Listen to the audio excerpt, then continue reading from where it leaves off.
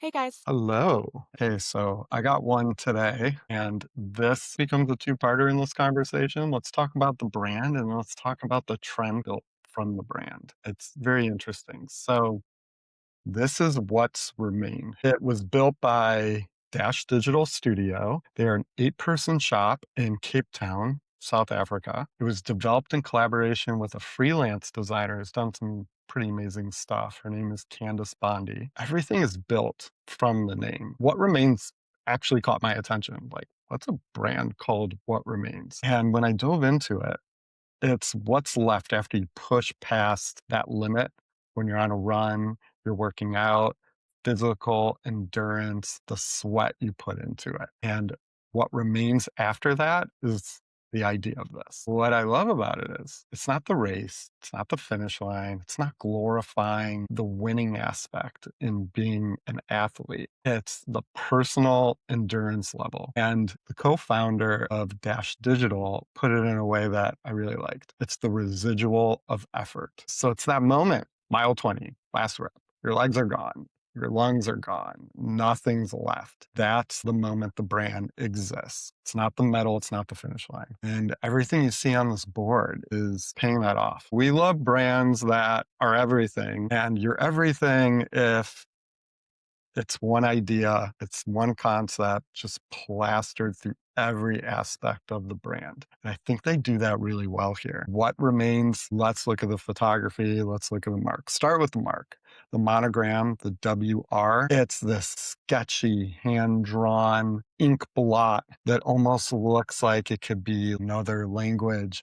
But when you look at it, it is a person, the silhouette of a person running full speed and in the minute, in the moment of getting to that point of what remains after. I love this logo, caught my eye. And they pair it with this photography that is raw, it's emotional. It's shot on film. It's blurry. It has that Xerox degrading effect. Everything feels like it's captured within that moment of what remains. Most performance brands show you the finish line photo.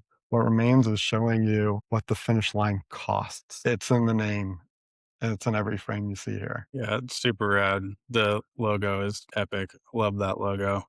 Think that paired with the super beautiful, almost Swedish typography as well is just a really nice balance of that. If they went full in on hand drawn sketchiness, it wouldn't necessarily have that balance, but the combination of them is that really nice tension there. What you said that resonates most is that single thought and through line of a brand that's present in all of their creative touch points. Is that's how you know that someone is really successful in their branding. I love that photocopy, almost punk zine look.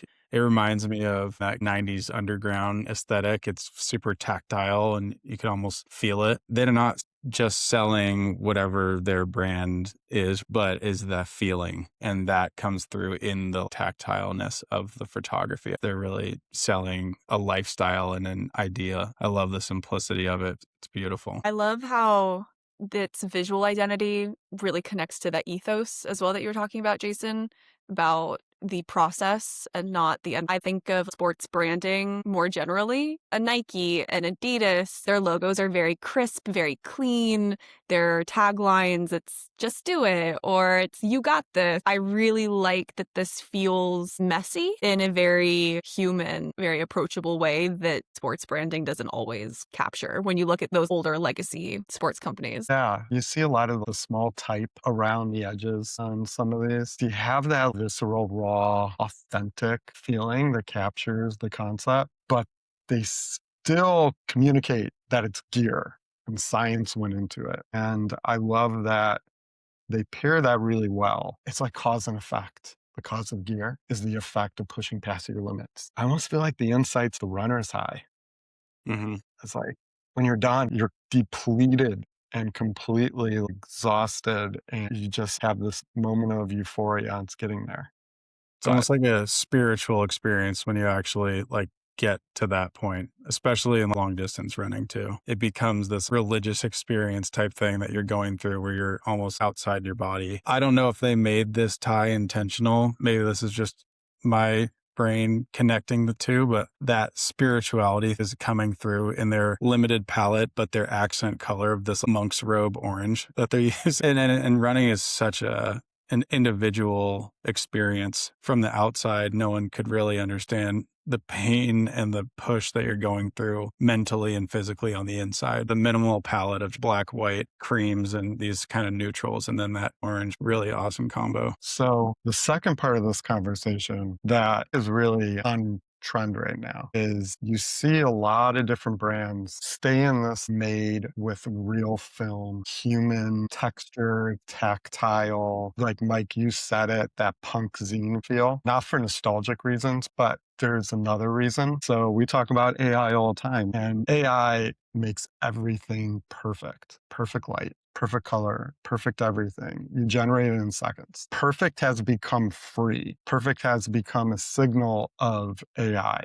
There's a lot of different brands out there, just like What Remains, are going in this direction of film grain, motion blur, handmade marks, Xerox, grit, that zine energy. This is evidence that something actually happened. And you're seeing it a lot in the running space, in the apparel space. I don't know if you're familiar with Satisfy Running, founded out of skateboarding and punk rock. So it makes a lot of sense for them. They print their own magazine called Possess. They interviewed Travis Barker on it. So they're live and breathe it. Nike for the Olympics last year. All the winter athletes, at least for America, were in all condition gear, which was a sub brand that they created that uses that same zine, Xerox, smudged, handcrafted aesthetic. And ChatGPT, which is an AI company, not using their own AI models to make anything. They're shooting with incredible directors and photographers with real film, going back to the way Hollywood used to shoot things for years, using director Miles J. and photographer Samuel Bradley. And even this dating app, Circa, is going into this visceral voyeurism shot with digital camera look and feel. AI is practically free and it makes everything perfect. So there is now a trend to go back to making it with your hands, making it with people, improving it by the technique that you made it. Yeah. It's definitely a trend. We've talked about a lot of brands that have done this even outside this space, and these ones you presented as well. Someone on our team today was saying ASAP Rocky just put out a bunch of new music videos and specifically called out that nothing in that was touched or made by anyone but a human hand. And I think that that in and of itself is what the trend is. That's the defining brand move right now is it made by a human? Because that's the stuff that's going to get remembered as there's an inundation of so many things being made by AI. It was funny when Lou, you mentioned Nike and Adidas. I was like, yeah, I don't know if they could pull off anything like this. And then you showed the ACG stuff, Jason. I remember that. It's interesting that Nike had to create a sub brand to be able to pull it off, to separate themselves from what they've already have as an established visual ID and join this movement as well. It's clearly a trend and it's clearly something that people care about and are going to want to intentionally call out as AI gets better and better and better. Because that's always the test. We say, was this made by AI? And can you tell? How could you tell? And every month as a new model comes out, it becomes harder and harder to tell if it was made by AI or not. Really interesting. I'm curious if you guys think that, as two people who have been in the creative space for so long and have seen how AI has transformed so many processes, I'm curious if you think that this trend is the pendulum swinging to the other side, if you think it's going to find some middle ground eventually. Because I do think about similar backlash when CGI really first came on the scene. And I'm curious if we're seeing almost a repeat of that. And if by hand, human 110% and AI will find a way to coexist. It's a really good question. It is a consequence right now of the public and everybody seeing things that are made with AI, made by AI, instead of we made it using new tools. I think it will take perception change of people looking at AI as just these new tools that make more things possible and people still make it. And that will probably take different techniques with the tools that we use. But also, whatever is popular today, the opposite will be popular tomorrow. It's the whole metaphor of grunge existed because people were tired of big hair 80s bands. And after grunge came the pop boy band era.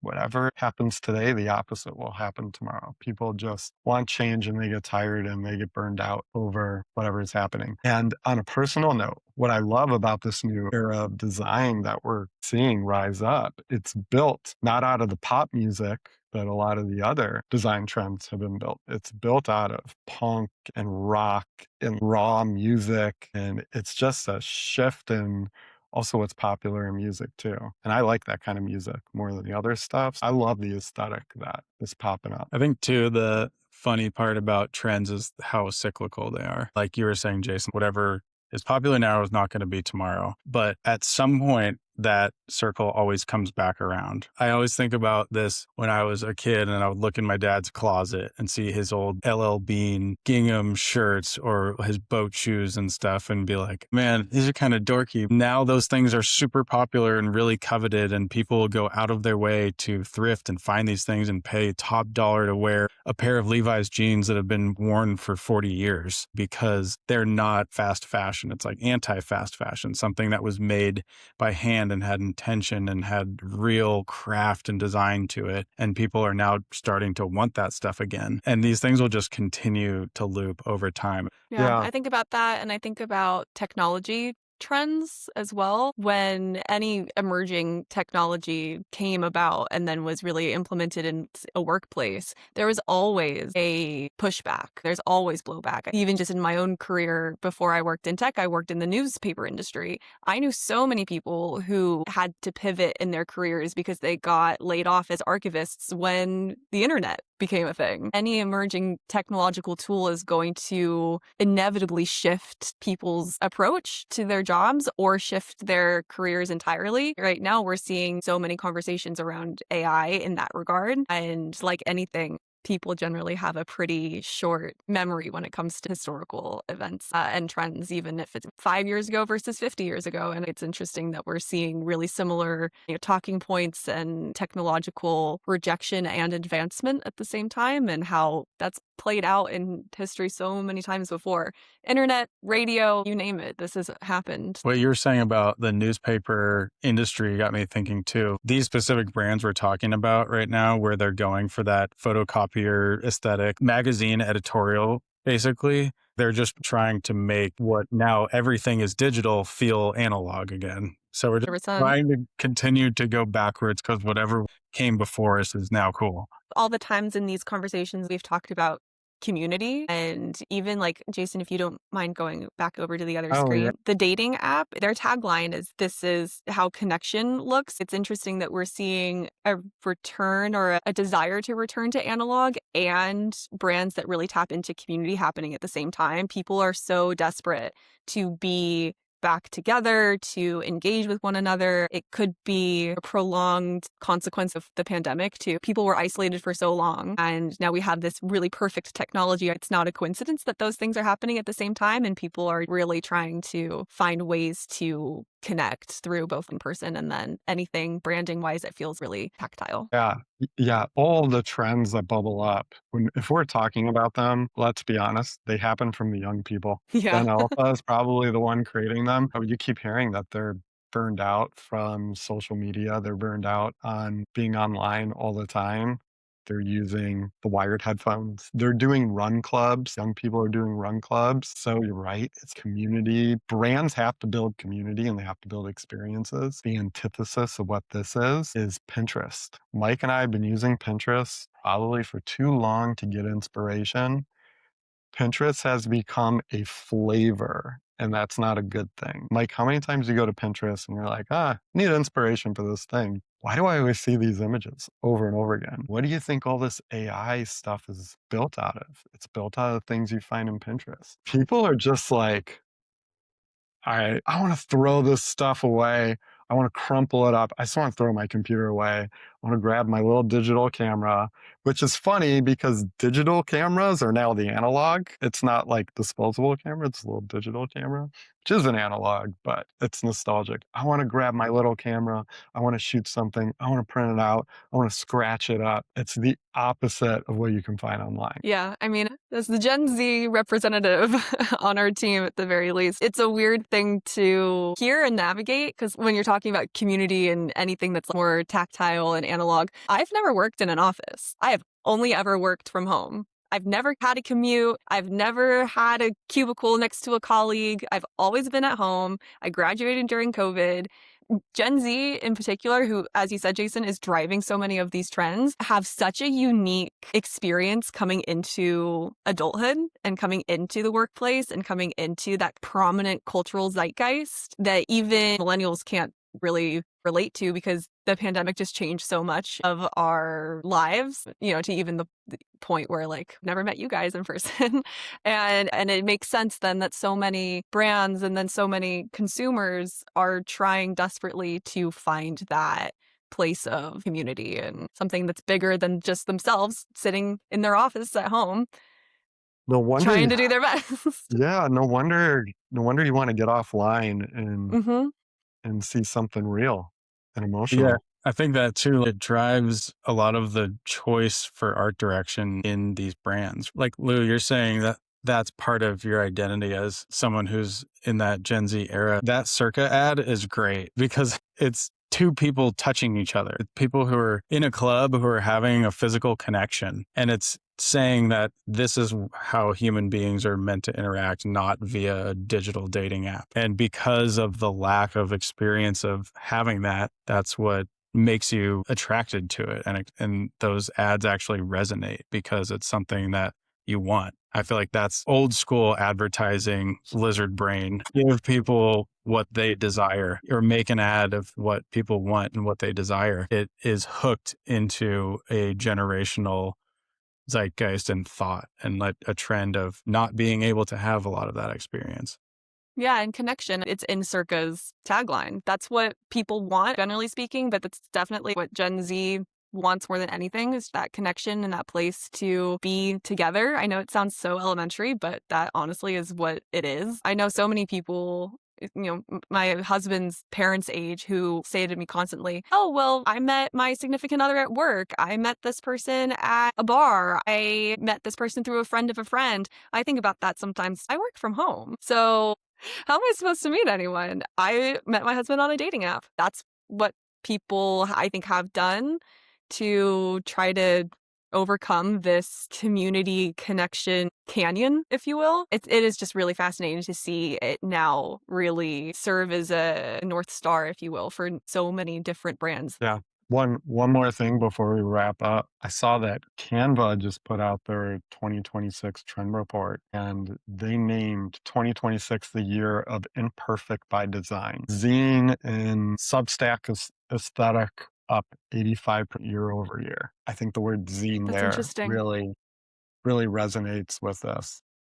And in April of this year, the Nielsen Norman Group, they put out a report with the headline, Handmade Design, the New Trust Signal, which is word for word what we're talking about. And they said in an era of AI-generated everything, AI fatigue users want designs that look like they were made by a person. We know that's how people feel. And it's less of talking about AI, Lou. It's just connection. Want to be connected to brands, want it to feel authentic, want things to feel real. So much in our world doesn't feel real. Looking at the Canva one, they call it Zenegeist, a rebellion against pixels is brewing. It says a love letter to all things tactile, layered textures, and a hint of editorial drama to make digital design feel delightfully human again. Exactly what we've been talking about. This is where we've gotten to. We're trying to become human. Yeah. Well, do we leave it at that? Let's just be more human. Yeah. Yeah. I like that ending thought. This is a really good one, Jason. Thanks for bringing I it. know. This was a Really great good. conversation. Yeah. More philosophical, which I think we all resonate with. Mhm. I feel like I'm going to leave this and have a lot to think about. Yeah, same.